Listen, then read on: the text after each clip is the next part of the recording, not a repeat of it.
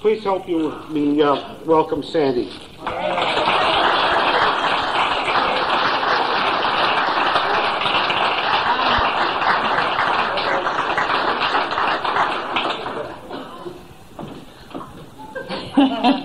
I'm an alcoholic. My name's Sandy. Can you hear me all right?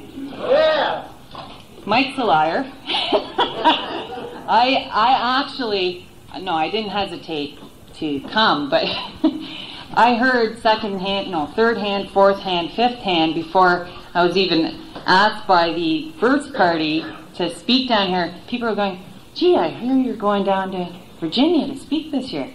I'm going like, I think you got me mixed up with another Sandy. And then I ran into Mike, and sure enough, I was it.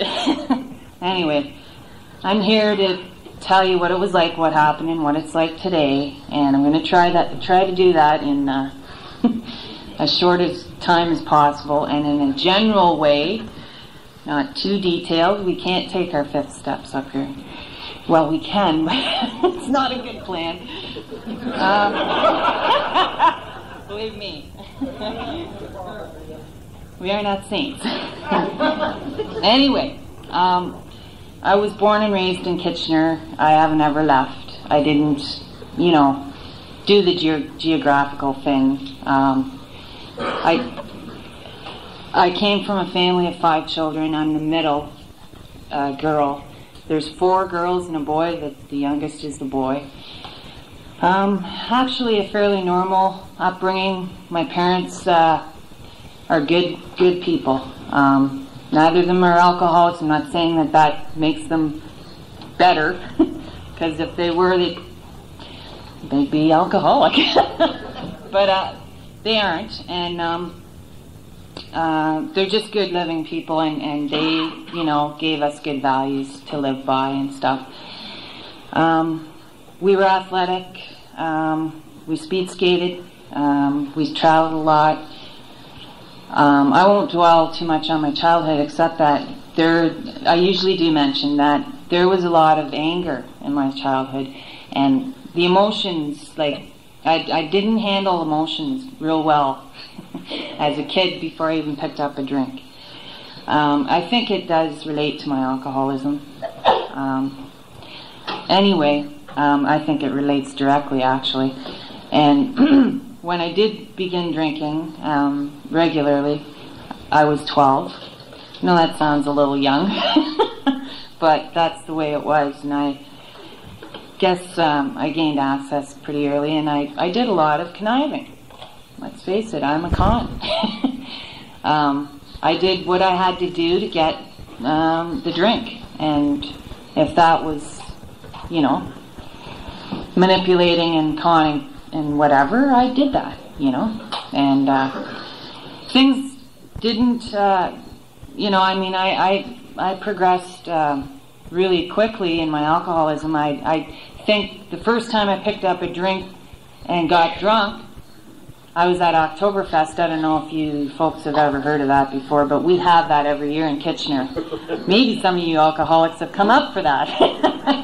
But anyway, it's a week, well, more than a week-long drunk fest is what it is. It's a beer fest, and it kind of originated over in Germany, but there's a lot of German people that live in our community, Kitchener, where I live.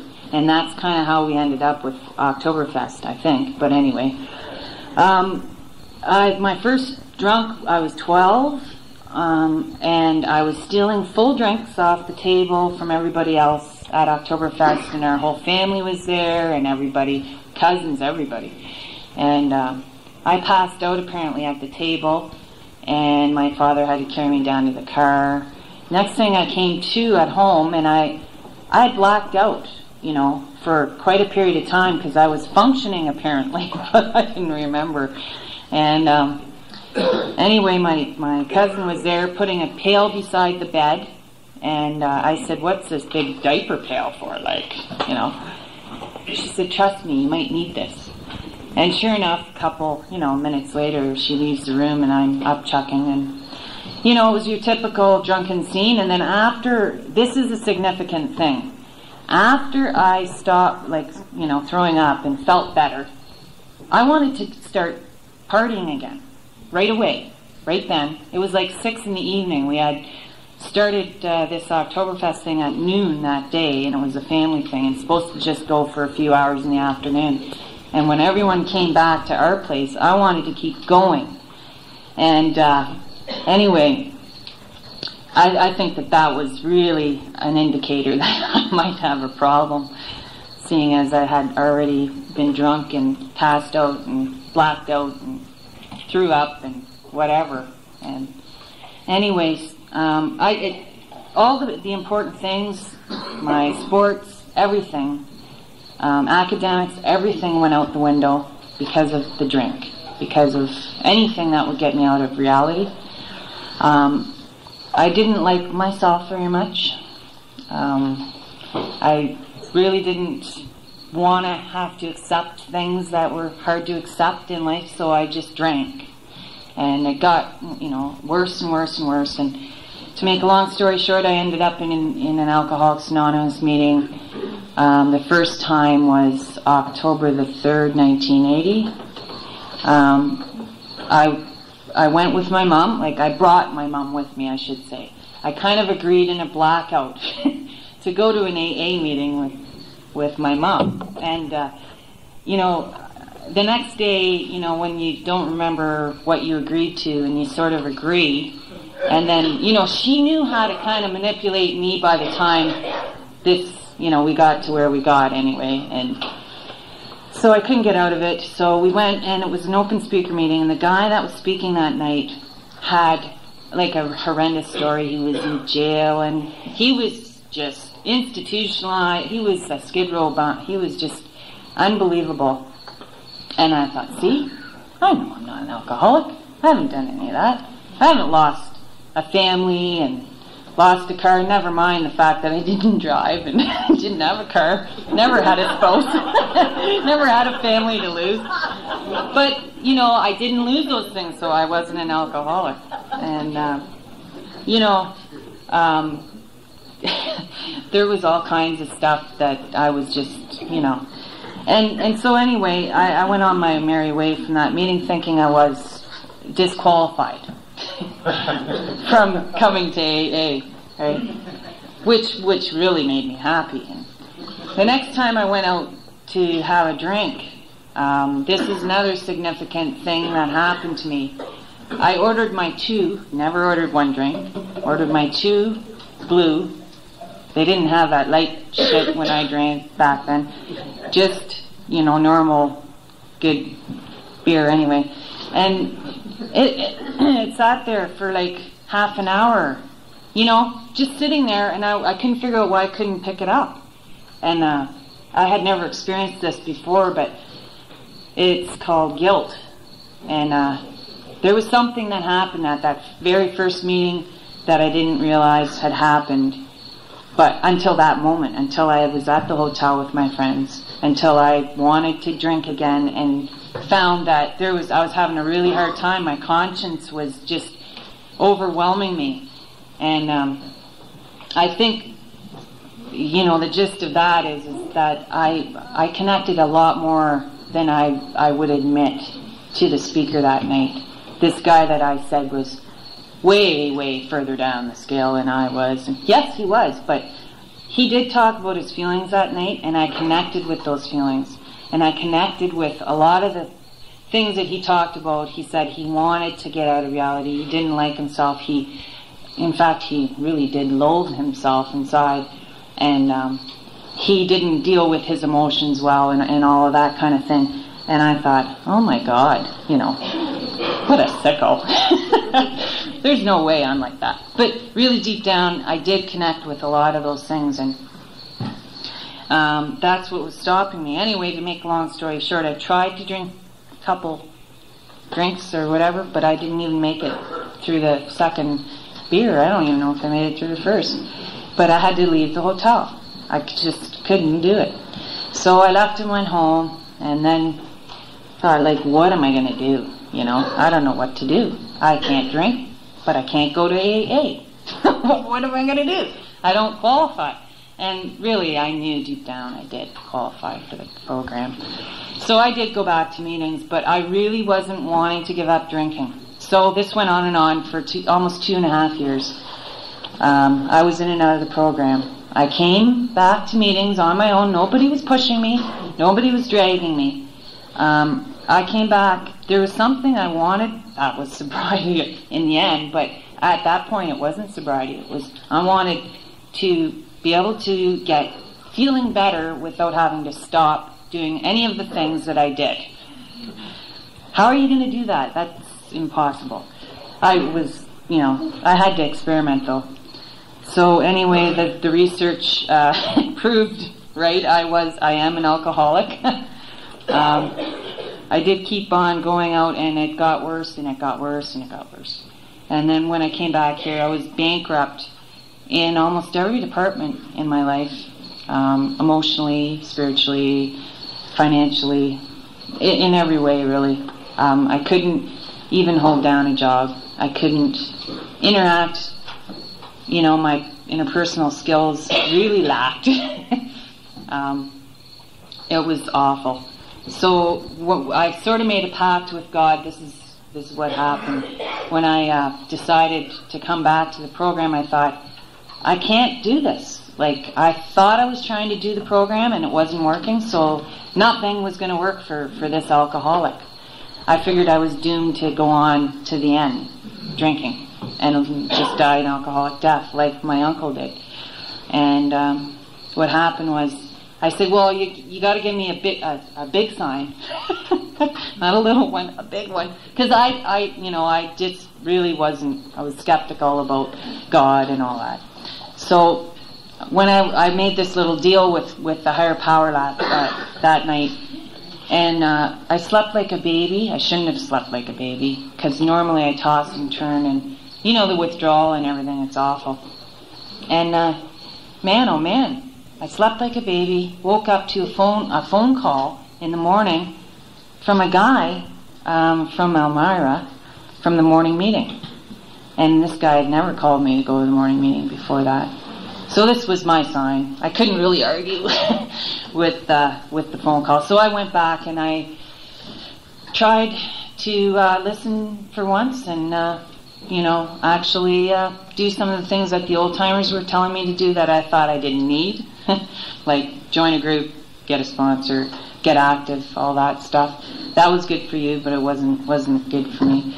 And it was the only thing that it proved that it was the only thing that would work for me in the end. So anyway, so I've been sober since January, the end of January 1983. My last drink was January the 30th, and you know what? I'm not up here bragging about this. This impresses me more than it impresses anyone else. I never thought I'd be able to put a day or a week together, and I couldn't on my own. That's the truth of the matter. And,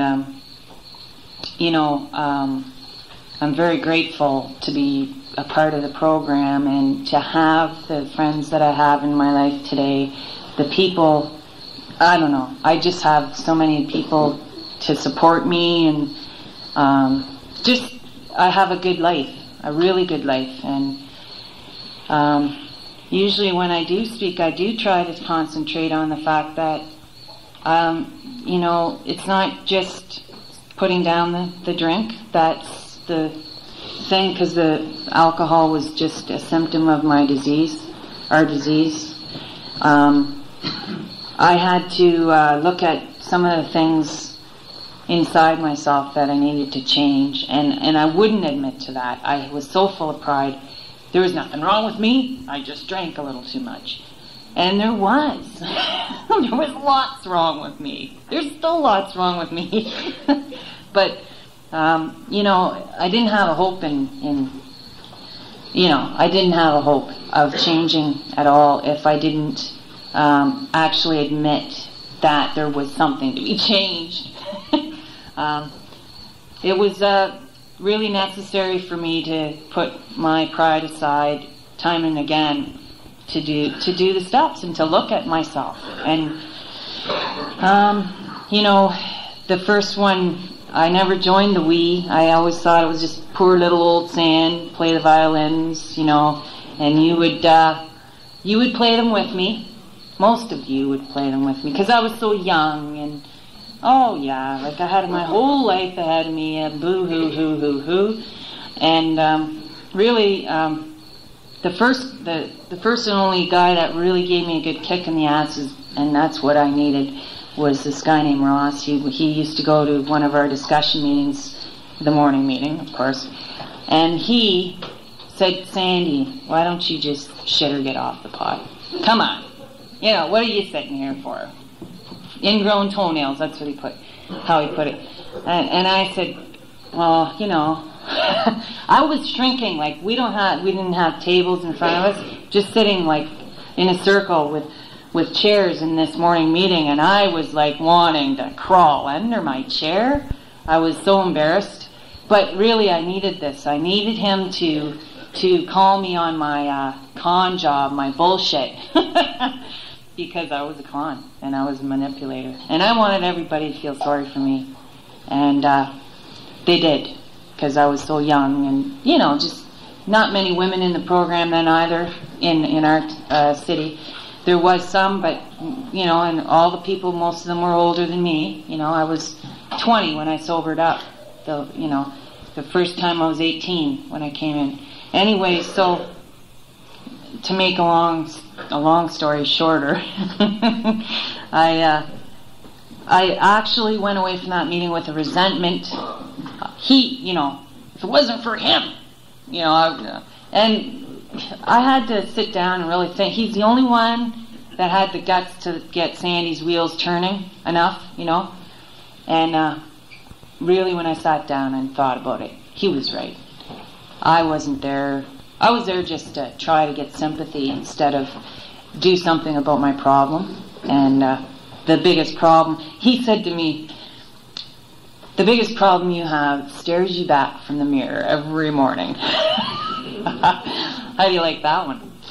Yeah. And really it is true. I'm still my own worst enemy. But that's okay. I have come a long way. I'm a different person than I was back then. And truthfully, if it wasn't for Ross, he's not here. He's not with us anymore.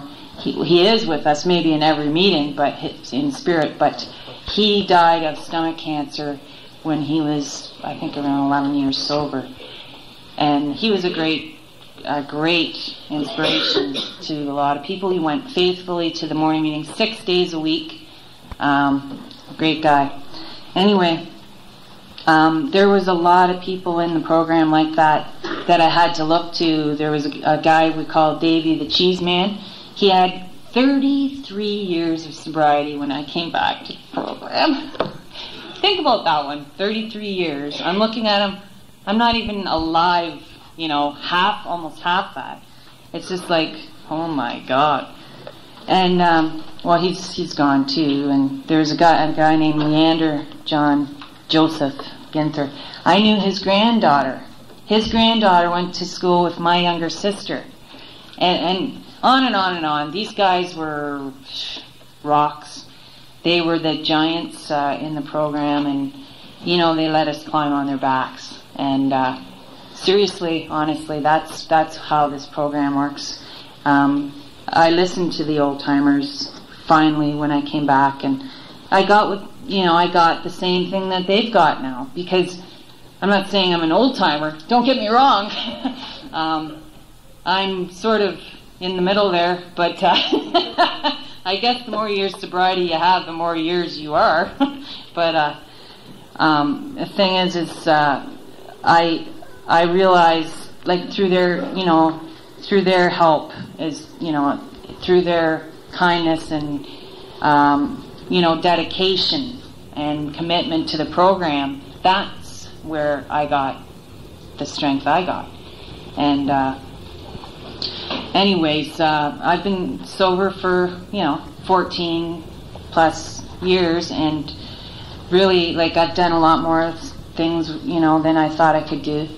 I didn't drive at all when I drank because I didn't want to kill anyone. I didn't want to end up in an accident, and I really had this vision in my head that it wouldn't be me that would be killed. That wouldn't bother me at all. But I would kill someone else, and I'd have to go to jail and live with it for the rest of my life. And I've seen that many times happen to people. And so I was afraid, and I wouldn't drive. So drinking was more important to me than driving. So yeah, I had my priorities straight. Anyway, when I came back, I was so afraid, I didn't think I could do it. Anyway, finally, this one person I worked with, who wasn't in the program but knew I was in the program and knew everything about me, said, Sandy, wake up. Do you think that maybe you've been sober long enough now that you can get your license? And she was right. I had to listen to her. The program worked. One thing I want to say is the program doesn't just work through people that are alcoholics. The program works through others too. The program works through everyone that is in my life, honestly. And that girl that I'm talking about, I'm still friends with her today. We've been friends for, a dozen years now. This is a big gift in my life because I wasn't able to have friendships to last. I didn't have lasting relationships at all. I didn't have any of those things. I didn't have any stability. I didn't have any sense of commitment. I couldn't, I just wasn't stable. I was very unstable.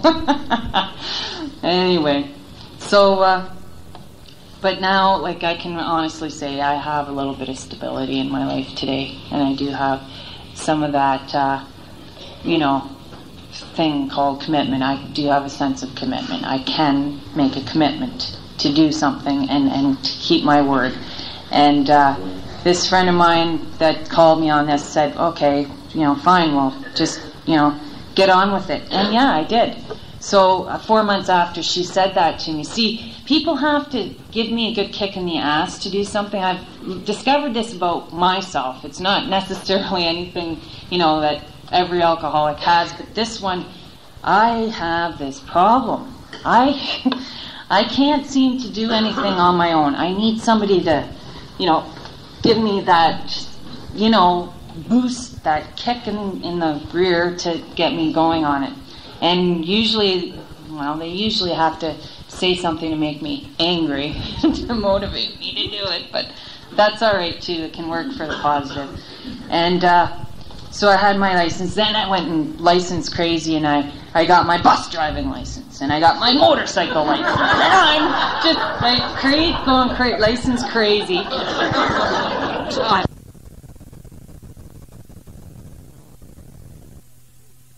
I'll show you. I'll get my license. And I even almost went for flying lessons. I was kind of crazy. But anyway, then after that, I had a problem when I came back to the program. I could not read something and comprehend it. I couldn't read a paragraph. I would try to read a paragraph in the big book, and I could. It's not that I was illiterate or academically challenged, but I just couldn't remember what I had read, and I'd read it. I could read it 1,000 times, and I just could not keep it. Yeah, I didn't have anything. I thought I was doomed. I really did. Didn't think I'd be able to take any courses ever, and so anyway, finally one day I realized. I joined a group that read specifically because of this. I joined the Westtown group, which reads from the 12 and 12 every week on a step. We do rotating steps. We have a first step table every week just for the newcomer, but then our other tables are just rotating step tables. So if we do step 5, we read step 5 from the 12 and 12, and then we discuss it. And I purposely did that just to see if something might happen. And lo and behold, after 5+ years sobriety, something happened, and I couldn't, and I didn't even realize it right away. But it just clicked in one day. Oh my God, I can remember what I was so. You wouldn't believe how happy I was, And so anyway, I went and took a course for work, and it worked out all right. And then I went back to school, to college, and I did a certificate in law enforcement and investigation. And that was really a challenge, and my heart was there, my heart was in it, and I did it, and I was fine. I tell you, I'm not. I got to get. It was really a long time coming for my confidence and my, my self-esteem and whatever.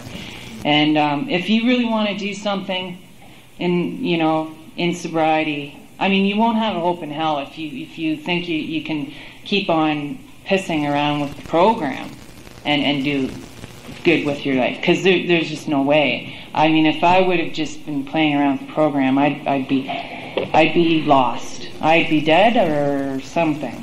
And but I really believe that, and I really believe it was a gift from Ross that day, that I was able to make the commitment, that one commitment that I needed to get my life back on track. And no, it doesn't mean that nothing has come easily to me. Like, I've had to work for everything.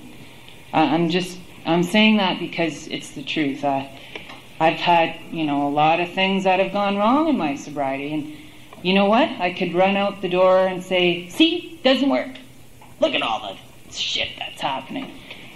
But it's really not true. Like, everything, stuff happens to everybody.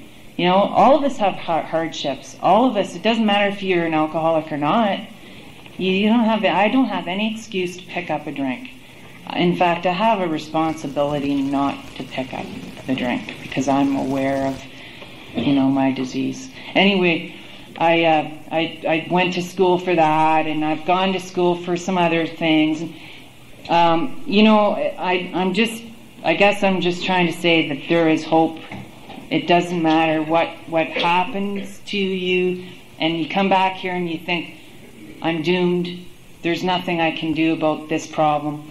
If you hand over whatever that problem is to your higher power, amazing things will happen. Amazing things will happen. And I want to thank Mike for asking me to share a little bit of what happened to me and what it's like today. And I'm really happy to be back here again. This is my third time down here, and I really love it down here. It's a great convention, or great roundup. We call them conventions up in Canada, but anyway, it's thanks for your patience too. I know it's a little after 9 and that, but I did just share things in a general way. I can't possibly share everything I'd like to share tonight because of the time, but I really appreciate the chance to share a little bit with you people, and have a good weekend. I know I will. Thanks.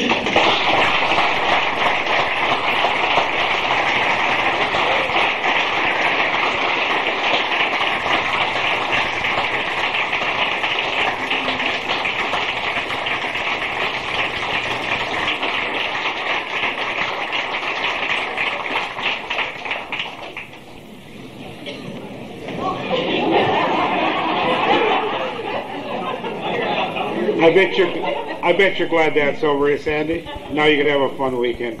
Isn't she a wonderful gal? Hey.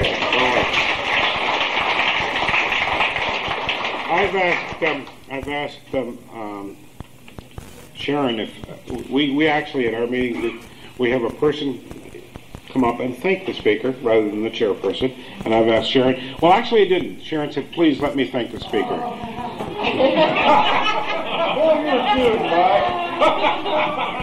He's a liar. I begged him not to. Hi, I'm Sharon. I'm an alcoholic. Hi, Sandy. I felt for you being up here, and I prayed for you. I can really identify with Sandy, starting at 12 years old and with the feelings and emotions and all that. And I know Sandy's on the prison committee with me for bringing aid into the women's prison, and she's a volunteer at Control Homes for women coming into the program. And I truly believe you can't keep it unless you give it away, and Sandy gives it away. And with that, could you please give her another hand?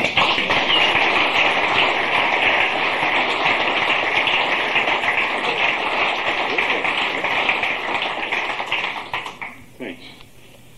That's real nice. Yeah, these are busy gals. They are very, very active in the program.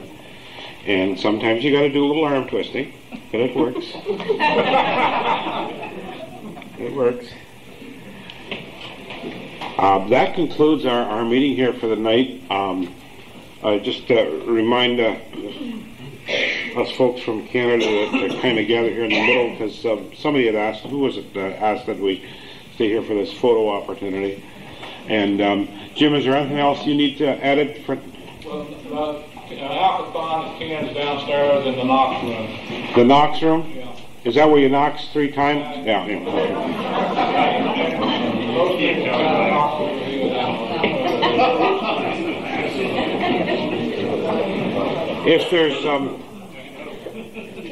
If there be nothing else for the good of AA, would you please help me join in the Lord's Prayer?